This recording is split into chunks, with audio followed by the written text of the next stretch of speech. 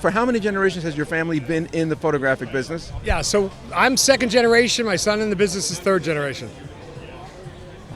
And where was the business founded? In New York City, in Brooklyn.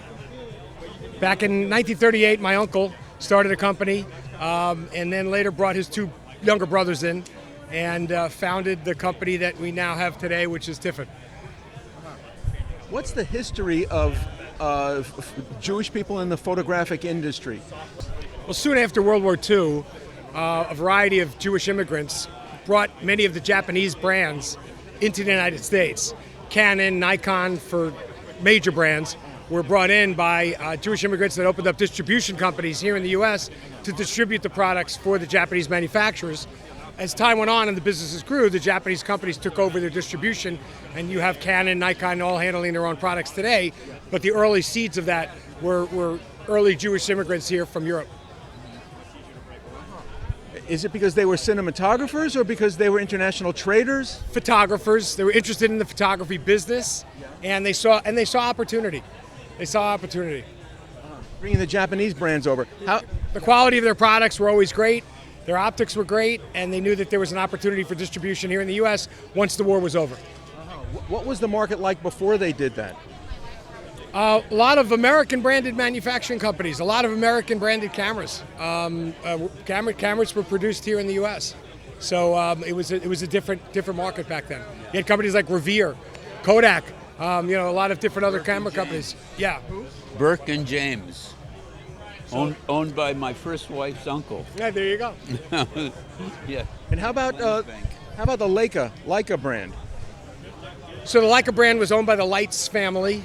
And you can Google a famous story about the Leica Freedom Train, where the Leitz family saved thousands of Jews from persecution from the Nazis and extinction by basically hiring them and then shuttling them out through a passage that they were able to develop to get many Jews out of Germany at the time. So we owe a debt of gratitude to Leica and the Leica company and the Leitz family for saving many lives. It's not a story that's broadly told, but you can Google it and see the Leica Freedom Train. With their Gentile family?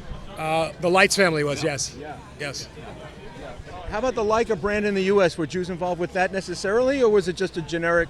No. Leica's a global brand, and they have their own distribution, have always had their own distribution. The company's actually owned by a dear friend of mine today, Andreas Kaufman, who has built Leica back up to its great grandeur, and it's one of the stellar brands in the imaging business, if not the. So it's considered a real luxury brand of product.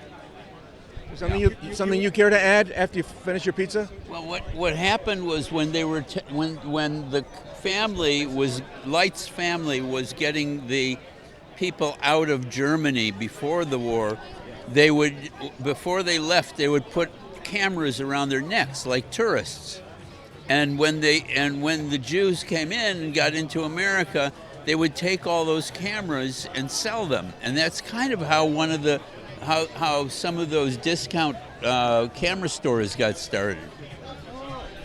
Now the B&H and this is Stephen Poster, ASC, world famous cinematographer and dear friend. So happy you're joining us for brother. this. He's like a brother. Brother from another mother.